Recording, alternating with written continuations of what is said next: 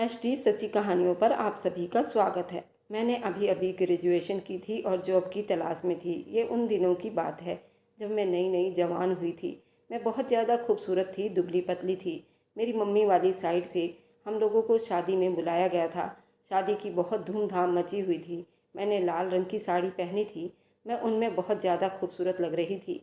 मेरी मौसी की बेटी मेरी बहन जैसी थी और मेरी अपनी सगी बहन कोई नहीं थी। सब ने कहा कि अब तुमको दुल्हन की बहन की जगह लेनी है। मैंने कहा बिल्कुल, दुल्हन तो मेरी सगी बहन से बढ़कर है। इसी तरह जब हम लोगों ने हंसी मजाक किया और गाने गाए, मैंने भी उठकर डांस किया। शादियों में तो नाच गाना होता ही है और हम सब लोग आपस में रिश्तेदार भी थे। बहुत मज़ा आ रहा था। मैं भी बहुत खूबसूरत लग रही थी। लेकिन जब दूल्हे राजा आए तो उनको दुल्हन के साथ बिठा दिया गया। उसके बाद कुछ रस्म हुई और फिर एक और बहुत अजीब सी रस्म के बारे में बताया गया। जब मुझे उस रस्म के बारे में पता चला तो मैं बहुत हैरान हुई थी। मैंने कहा क्या मतलब, मुझे क्या करना होगा? एक आंटी ने मेरे कान में एक अजीब सी बात कह दी। मैंने अपनी कज़न के दूल्हे की तरफ देखा। मैंने कहा कि नहीं नहीं, मैं ये सब नहीं करूँगी। ये सब तो बहुत अजीब है। उन्होंने कहा कि तुम्हें करना पड़ेगा। मैंने कहा ये तो बड़ी अजीब सी बात है। किसी को पता चल गया तो क्या होगा? उन्होंने कहा कि पता चल गया तो क्या होगा, ये रस्म है और रस्म तो ऐसे ही होती है, तुम्हें तो करनी पड़ेगी। आओ आओ, दो चार आंटियों ने मुझे पकड़ा और दूल्हे राजा की तरफ धक्का दे दिया। मैं हैरान रह गई कि उसके बाद उस दूल्हे राजा ने मुझे अपना। मेरी पढ़ाई पूरी हो चुकी थी और मम्मी कब से मेरे लिए रिश्ता तलाश कर रही थी। फिर मैंने उनको बता ही दिया कि मैं किसी और को पसंद करती हूँ। मेरा होने वाला पति एक बहुत ही ज़्यादा जज्बाती और सख्त मिजाज का इंसान था, लेकिन मुझे उससे बहुत ज़्यादा मोहब्बत थी। मेरी शादी वाले दिन ही रात को उसने मुझसे ऐसी बात पूछी कि मैं तो हैरान रह गई। वह सब तो मैंने किसी तरह से बर्दाश्त कर लिया और शादी को भी 6 महीने बीत गए थे। लेकिन फिर एक दिन उसने एक बहुत अजीब हरकत कर दी। उसको मेरी एक ऐसी चीज़ मिल गई जिसकी वजह से उसने मुझे तलाक दे दिया और मैं आज भी हैरान हूँ कि मेरे साथ आखिर ये सब कैसे हो गया। अब मैं जिसको भी अपनी कहानी सुनाती हूँ वो मुझे ही बेवकूफ़ कहता है। आप लोग भी मेरी कहानी सुने और बताएं क्या गलती मेरी थी। जब मैंने अपनी मम्मी को बताया कि मैं हर्ष से शादी करना चाहती हूँ तो मेरी मम्मी ने कहा वह बिल्कुल भी अच्छा लड़का नहीं है। मैंने कहा क्यों? वह शराब पीता है? क्या लड़कियों के पीछे जाता है? क्या बुराई है उसके अंदर? मम्मी ने कहा कि बेटी, शराब पीना, लड़कियों के पीछे जाना तो ऐसी बुराई है जो इंसान कभी भी छोड़ देता है। लेकिन तुम्हारे दिमाग को मैं क्या कहूँ कि जिसको तुम पसंद करके आई हो ना, वह निहायत ही जज्बाती इंसान है और जज्बाती इंसान बदकिरदार इंसान से भी बहुत बुरा होता है। धोखेबाज इंसान से भी बुरा होता है, क्योंकि उसे अपने जज्बात पर कोई काबू नहीं होता और वह कभी भी आपके साथ कुछ भी कर सकता है। मैंने कहा कि मम्मी, आप कैसी बातें कर रही हैं? जज्बात ही तो इंसान को इंसान बनाते हैं। मम्मी ने कहा कि इंसान तो इंसान बनाते हैं और कभी कभी इंसान को वैसी भी बना देते हैं। मेरी मम्मी के पास उनकी ज़िंदगी का एक्सपीरियंस था, इसलिए जो मुझे समझा रही थी शायद अपनी जगह बिल्कुल ठीक थी। लेकिन मैं उस वक्त समझने के मूड में बिल्कुल भी नहीं थी। मैंने कह दिया मुझे हर्ष से शादी करनी है तो करनी है। मुझे करीब सब लोगों ने ही उससे शादी करने से रोका था। मेरी दोस्तों ने, मेरे घर वालों ने, रिश्तेदारों ने, यहाँ तक कि जहाँ मैं काम करती थी उन लोगों ने भी मना कर दिया था, क्योंकि मैंने जब उसके बारे में दो चार बातें बताई तो सब ने कहा कि ये हमें कोई अच्छा इंसान नहीं लग रहा। मैं हैरान हुई थी, आखिर क्या बुराई है उसमें? मेरे साथ ऐसा हो रहा था। जितना लोग कह रहे थे कि उससे शादी ना करो, उतना ही मैं उस शादी करने के लिए ज़िद पर अड़ी थी और मेरी ज़िद बढ़ती चली जा रही थी। मेरी शादी हो गई, रात हुई तो मैं अपने कमरे में बैठे अपने पति का इंतज़ार कर रही थी। आज मेरी शादी की पहली रात थी। मैं बहुत खूबसूरत लग रही थी। मैंने सोच लिया था कि आज का दिन बहुत ज़्यादा अहम है। आज ही हम लोगों ने अपनी ज़िंदगी की शुरुआत करनी है और एक दूसरे से जिस तरह से बातें करेंगे, जिस तरह से पेश आएंगे, सारी ज़िंदगी सब वैसा ही चलता रहेगा।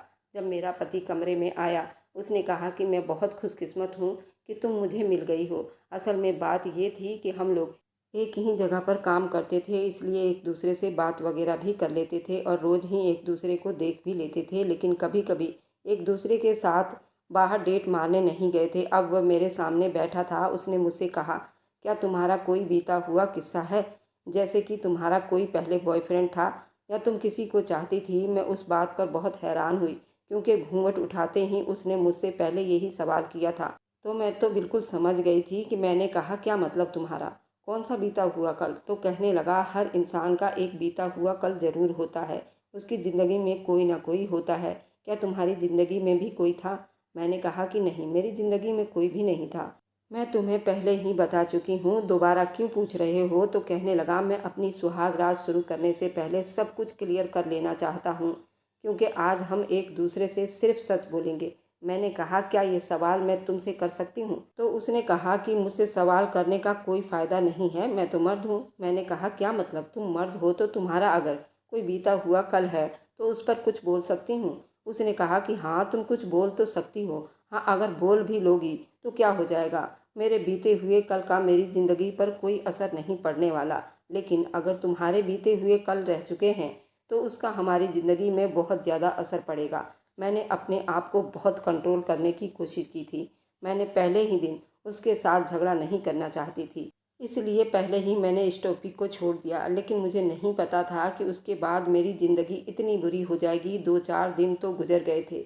उसके बाद सुबह सुबह जब मैं बाहर दूध लेने के लिए गई तो दूध वाले ने मुझे राम राम कह दिया और उसने कहा कि भाभी, आपको पहले नहीं देखा, आप क्या हर्ष साहब की पत्नी हैं? मैंने कहा, जी मैं उनकी पत्नी हूँ।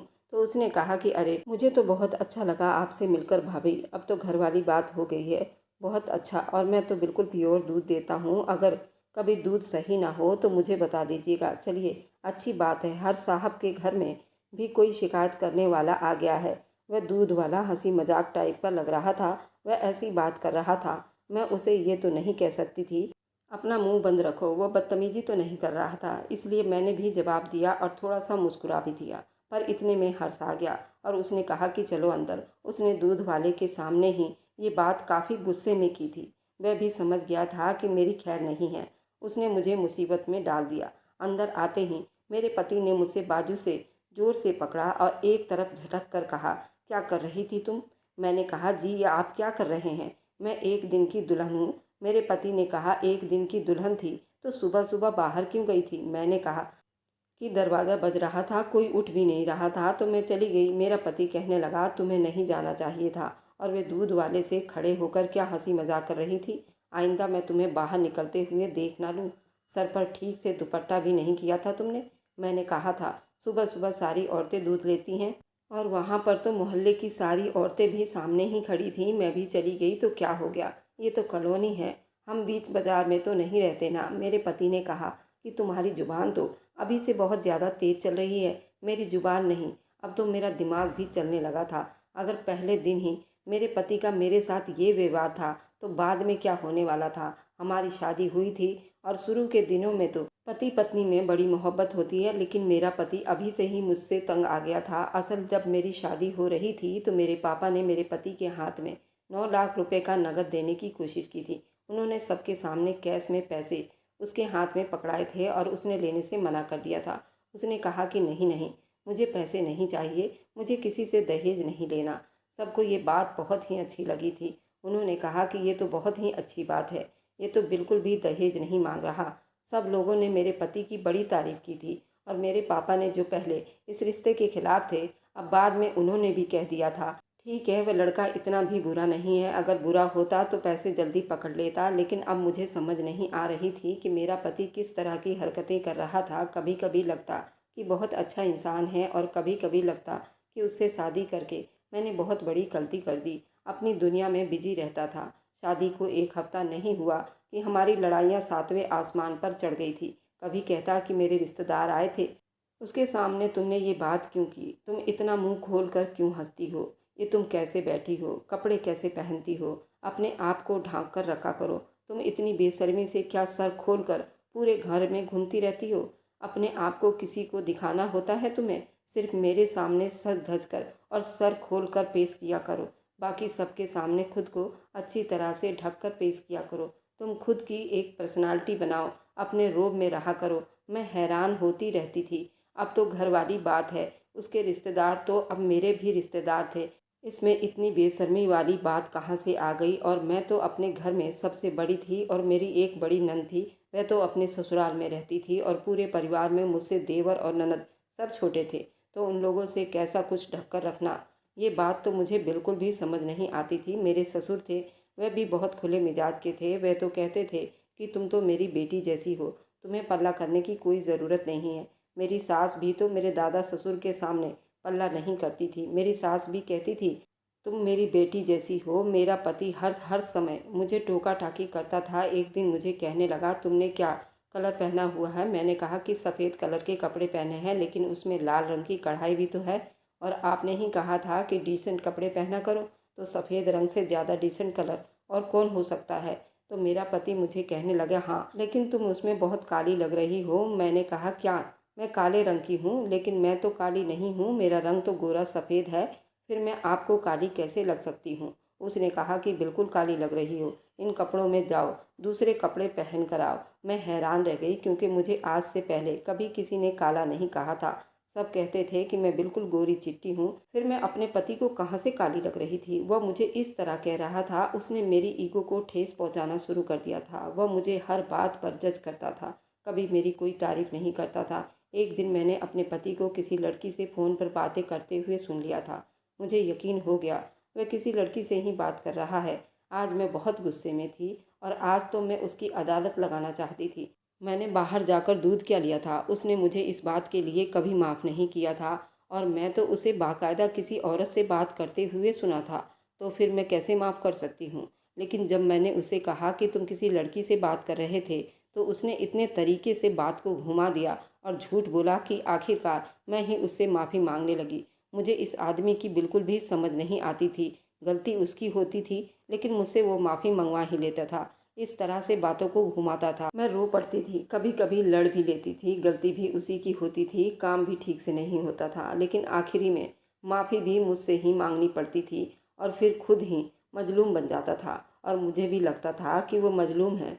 मैंने तो उस इंसान को सीधा साधा समझा था, लेकिन मुझे उसकी समझ नहीं आ रही थी।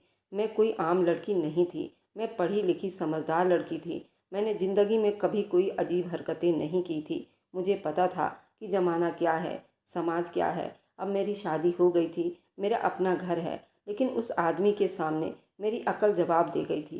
कहते हैं कि जैसा इंसान खुद होता है, वह अपने हमसफ़र को भी वैसा ही बना देता है।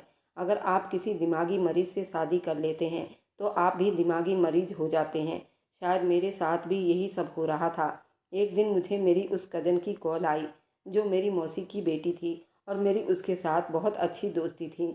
मैंने उससे पूछने के लिए कॉल की थी वह कैसी है। उसके यहाँ तो अब कोई बच्चा जन्म लेने वाला था।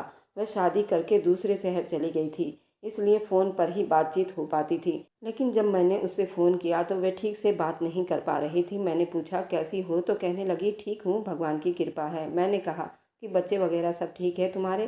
फिर उसने कह दिया कि सब ठीक है, सब ठीक है। उससे कोई सवाल कर रही थी तो वो कोई और जवाब दे रही थी। ठीक से बात नहीं हो पा रही थी। मामला क्या है, इतने में सिग्नल की वजह से हमारी बातचीत बीच में ही रुक गई थी। फिर मुझे दोबारा फ़ोन करने का मौका ही नहीं मिला। उसका नाम प्रियंका था। वो मुझे बहुत अच्छी भी लगती थी। मेरे पति के मूड का कुछ पता ही नहीं चलता था। सुबह में उसका मूड कुछ ख़राब होता और रात में बिल्कुल ठीक हो जाता था। कभी अचानक से कोई तोहफ़ा लेकर आता और मुझे हैरान कर देता। मैं भी खुश हो जाती।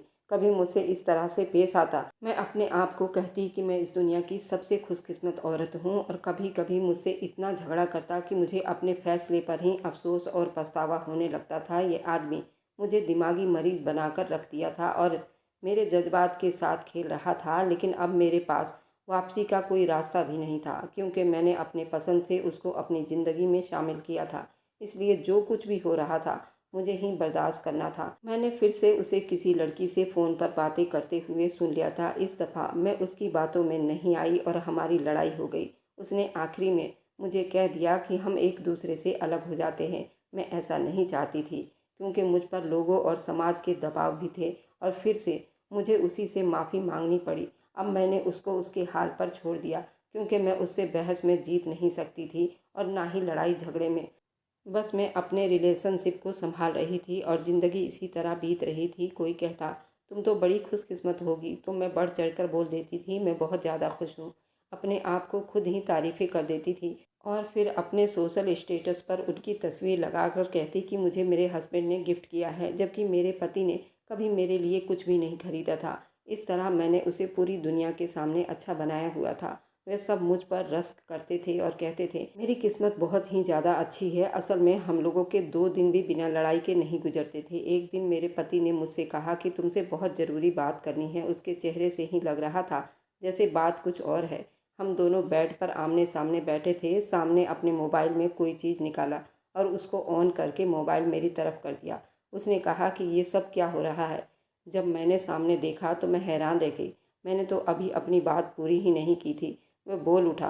उसने कहा कि तुम शादी से पहले इस तरह की हरकतें करती रही हो, ये तुम्हारी हकीकत है। मैंने कहा क्या मतलब है आपका? मैं किस तरह की हरकतें करती रही हूँ? मेरी पूरी बात तो सुन लीजिए। उसने कहा कि मैं क्या बात सुनूं? तुम इस गैर आदमी की गोद में बैठी हो, उससे ज़्यादा और क्या हो सकता है? बोलो ये गैर आदमी नहीं है। उसने कहा कि हाँ, तुम उसकी गोद में नहीं बैठी हो। मैंने कहा कि हाँ बैठी हूँ, पर मेरी बात तो सुन लो। मेरा पति मेरी बात नहीं सुन रहा था और बोलता चला जा रहा था। वह बहुत गुस्सा हो गया था। उसने कहा कि मैंने तो तुम्हें अच्छी लड़की समझा था, लेकिन तुम तो ऐसी हरकतें करती रही हो। ये तुम गैर बंदों की गोद में लड़की जो बैठी हो, वह लड़की कहाँ से अच्छी हो सकती हो? बस अब बहुत हो गया, बहुत बर्दाश्त कर लिया मैंने कहा बर्दाश्त तुमने किया है या मैंने किया है? मैं ये सब सुनकर बहुत हैरान हो गई थी।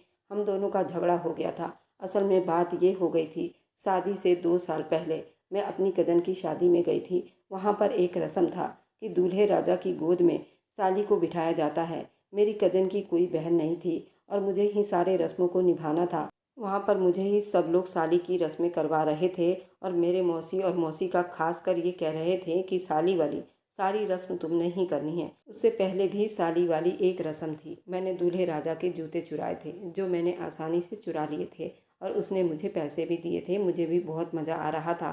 उस वक्त ये सब कुछ मेरे लिए हंसी मजाक था, लेकिन थोड़ी देर के बाद मुझे कहा गया ये रस्म है कि साली को दूल्हे राजा की गोद में बिठाया जाता है और जब तक वह मुंह मांगे पैसे वसूल नहीं कर लेती वह गोद से नहीं उठेगी। मुझे ये सब बहुत अजीब लग रहा था, लेकिन आंटियों ने ज़बरदस्ती मुझे मेरी कज़न के पति के गोद में बिठाया और मैंने बहुत कम पैसे मांगे थे। फिर भी दूल्हे राजा ने उस पैसे को देने में भी आनाकानी की। ये रस्म लंबी हो इसलिए हंसी मजाक होता ही रहा। मैंने उसे कहा कि जल्दी जल्दी पैसे दे मेहरबानी करके। मुझे बहुत अजीब लग रहा था, तो फिर उसने पैसे दे दिए और ये रस्म ख़त्म हो गया था। शादी की वीडियो बनी हुई थी जो मेरा पति मुझे दिखा रहा था, लेकिन वीडियो कुछ सेकंड की थी और उसमें ऐसा लग रहा था कि बस मैं उसकी गोद में बैठी हूँ। ये नज़र ही नहीं आ रहा था कि आसपास शादी का माहौल है। मैंने बोलने की कोशिश की, उसे बताना चाहती थी ये तो रस्म थी और शादियों में ऐसा होता है और मेरी उस आदमी के साथ कोई संबंध नहीं है। लेकिन उससे पहले कि मैं कुछ और बोलती, मेरा पति हद से ज़्यादा जज्बाती हो गया था। इतना ज़्यादा जज्बाती हो गया कि उसने मुझे अपने घर से निकाल दिया और कहा कि अब मैं तुम्हारे साथ नहीं रह सकता। जब मुझे घर से निकाल दिया गया और मुझे भी गुस्सा आ गया, मैं अपने घर वापस आ गई और फिर हमने एक दूसरे से कोई बात नहीं की। पर 1 हफ्ते बाद ही डिवोर्स का नोटिस आ गया, जिसमें तो मेरे पति ने पहले ही सिग्नेचर कर दिए थे। उसका मतलब था कि वो मुझे छोड़ चुका था। मुझे बहुत गुस्सा आया था। मैं पहले तो बहुत रोई, परेशान हुई। फिर सब ने मुझे कहा कि ये भी तो तुम्हारे लिए एक मौका है, क्योंकि अभी तुम्हारा कोई बच्चा भी नहीं हुआ और ऐसे जाहिल आदमी से जान छुड़वाने का अच्छा मौका है। नहीं तो तुम्हें सारी ज़िंदगी इसके साथ घुट घुट कर जीना पड़ेगा और सारी ज़िंदगी तुम्हें इसी तरह जलील करता रहेगा, जिसमें तुम्हारी पूरी बात तक ना सुनी हो और तुमको छोड़ दिया हो। मैंने भी गुस्से में आकर सिग्नेचर कर दिए थे और 6 महीने बाद ही हमारी डिवोर्स हो गई। फिर 3 महीने के बाद ही कुछ ऐसा हुआ कि मैं बहुत हैरान हो गई। मेरी वही कज़न जिसकी शादी में मैं गई थी, जिसका नाम प्रियंका था, उसके पति ने अपना रिश्ता मेरे लिए भेजा था। मैं ये सुनकर हैरान रह गई थी, क्योंकि मुझे प्रियंका ने बताया कि उसका और उसके पति का डिवोर्स हो चुका है। जब वो हमारे घर आकर बैठ गया और मम्मी ने उसे बिठाया, उसने रिश्ते की बात की, तो मैंने अपनी कज़न को कॉल की। मैंने कहा ये सब क्या है? तो उसने कहा कि हमारी तो 6 महीने बाद ही डिवोर्स हो गई थी, लेकिन मैं किसी को बताना नहीं चाहती थी। अब धीरे धीरे लोगों को पता चल रहा है, क्योंकि मैं तो किसी और से प्यार करती थी और ये बात मेरे पति को पता चल गई थी। इसलिए मेरे पति ने मुझे डिवोर्स दे दिया और मैं अपने पहले आशिक के साथ ही रह रही हूँ और उससे शादी कर ली है। मैंने कहा लेकिन वो मेरे घर रिश्ता लेकर क्यों आया है? तो कहने लगी ये तो मुझे भी नहीं पता, अब तुम जानो और तुम्हें अपनी ज़िंदगी के साथ क्या करना है। मुझे ये जानकर गुस्सा आ गया, क्योंकि उस आदमी की वजह से ही तो मेरा रिश्ता ख़राब हुआ था। मैंने कहा मैं तुमसे शादी नहीं करूँगी। उसने कहा कि 5 मिनट के लिए अकेले में तुम मुझसे बात कर लो, मुझे तुम्हें बहुत ज़रूरी बात बतानी है। उसके बाद बेशक तुम जो भी फैसला करना मुझे मंजूर होगा। मैंने कहा, कौन सी बात? हम लोग घर के छत पर चले गए थे। मैंने कहा कि बोलो क्या बात है। उसने कहा कि तुम्हारा पति मेरा बहुत अच्छा दोस्त है। हम लोग एक दूसरे को कई सालों से जानते हैं। मैंने कहा, लेकिन उसने कभी तुम्हारा जिक्र मुझसे नहीं किया। ये सुनकर तो मैं हैरान हुई थी। ये दोनों आपस में दोस्त थे। वह कहने लगा, हाँ, उसने जिक्र नहीं किया क्योंकि उसके पीछे उसका कोई प्लान था। लेकिन बातों बातों में एक दिन तुम्हारा जिक्र आ गया। मैंने बताया कि तुम शादी में आई थी और मैंने उससे हमारी शादी की कुछ तस्वीर और वीडियो शेयर की, जिसमें तुम्हारी भी एक वीडियो थी। और उसके बाद उसने मुझे बताया कि तुम्हारे घर वालों ने उसे 9 लाख देने की कोशिश की थी, लेकिन सबके सामने देकर उसे बुरा बनाना चाहते थे। उसे इस बात का बहुत गुस्सा था। ये पैसे मुझे अलग से क्यों नहीं दिए गए थे? सबके सामने देकर मुझे इम्तिहान में डाला गया था। सबके सामने पैसे पकड़कर मैं बुरा नहीं बनना चाहता था, लेकिन अगर तुम्हारे घर वाले उसे अकेले में पैसे देते तो वह ले लेता। उसके बाद वह कहने लगा, तुम उसके दिल से उतर गई हो। वो मुझसे हर बात शेयर करता था। मुझे तुमसे हमदर्दी होने लगी। वह हमदर्दी मोहब्बत में बदल गई। मुझे नहीं पता था कि जो वीडियो मैंने उसे भेजी थी वह उस वीडियो का बहाना बनाकर तुम्हें अपनी ज़िंदगी से निकाल देगा। मेरा तुम्हारी कज़न के साथ संबंध ठीक नहीं रहा, लेकिन मैं तुमसे बहुत मोहब्बत करता हूँ। अगर तुम चाहो तो मैं तुमसे शादी कर सकता हूँ, मैंने कहा, ताकि मुझ पर लगा हुआ इल्ज़ाम बिल्कुल सच साबित हो जाए। तुम लोगों की एक झूठी सी बकवास रस्म के पीछे मेरा घर बर्बाद हो गया है। तो मेरे घर वाले कहने लगे, तुम्हारा घर बर्बाद नहीं हुआ है, तुम्हारा घर उस रस्म की वजह से बच गया। क्योंकि जो इंसान छोटी सी बात के पीछे तुम्हें अपनी ज़िंदगी से निकाल देता है, किसी फजूल सी बात को बहाना बनाकर उसे डिवोर्स दे देता है, तुम तो समझो कि तुम्हारी उससे जान छूट गई है। मैं चुप हो गई थी। सही कहा था मेरी मम्मी ने, एक जज्बाती इंसान शराबी इंसान से भी बहुत बुरा होता है। मेरे पति ने मुझे दिमागी मरीज करके छोड़ दिया था। उसके बाद मुझे ये पता चला कि उसके पास मजाक में भेजी गई वीडियो का इस्तेमाल करके मुझसे वो अपना जान छुड़ाना चाहता था, जबकि मैं उसके साथ बिल्कुल भी बुरी नहीं थी। तब से ही मैं बहुत ज़्यादा डिप्रेशन से परेशान हूँ। अब मेरे लिए मेरी कज़न के पहले पति का रिश्ता आया हुआ है। वो मुझसे शादी करना चाहता है। वे वादे कर रहा है और कह रहा है, मैं तुम्हें हमेशा खुश रखूँगा। मैं तुमसे मोहब्बत करता हूँ, मुझे तुमसे मोहब्बत हो गई है, लेकिन उसका एहसास मुझे बहुत बाद में हुआ है और मेरी पत्नी ने तो मुझे धोखा दिया है, इसलिए मैंने उसे डिवोर्स दिया। अब फैसला तुम्हारे हाथ में है कि तुम मुझे अपनाओगी या नहीं। अब मुझे ये समझ नहीं आ रही है कि मैं उससे शादी करूँ या नहीं। आप लोग मुझे बताइए कि मुझे क्या करना चाहिए। अपने कज़न के पति के साथ शादी कर लेनी चाहिए या नहीं? एक बुरे एक्सपीरियंस के बाद इंसान जल्दी से दूसरे एक्सपीरियंस के लिए तैयार नहीं हो सकता। मुझे थोड़ा वक्त चाहिए, लेकिन मुझे फैसला भी करना है, क्योंकि अभी मेरी ना तो कोई उम्र हुई है, ना ही शादी को इतना वक्त बीत गया है। मम्मी मुझे सारी ज़िंदगी घर नहीं बिठा कर रख सकती। अब मैं आप लोगों से पूछती हूँ, क्या मैं अपने कज़न के पति से शादी कर सकती हूँ? अगर आपको आज की कहानी पसंद आई है तो वीडियो को ज़रूर लाइक कीजिएगा और अपने दोस्तों के साथ शेयर भी कीजिएगा। और हाँ, अगर आपने अभी तक हमारे चैनल को सब्सक्राइब नहीं किया है तो ज़रूर सब्सक्राइब कर लें। मिलते हैं हम अपनी कल की एक नई दिलचस्प कहानी के साथ। मुझ पर सदा अपना प्यार और स्नेह बनाए रखें। सभी को मेरा प्यार भरा नमस्कार दोस्तों।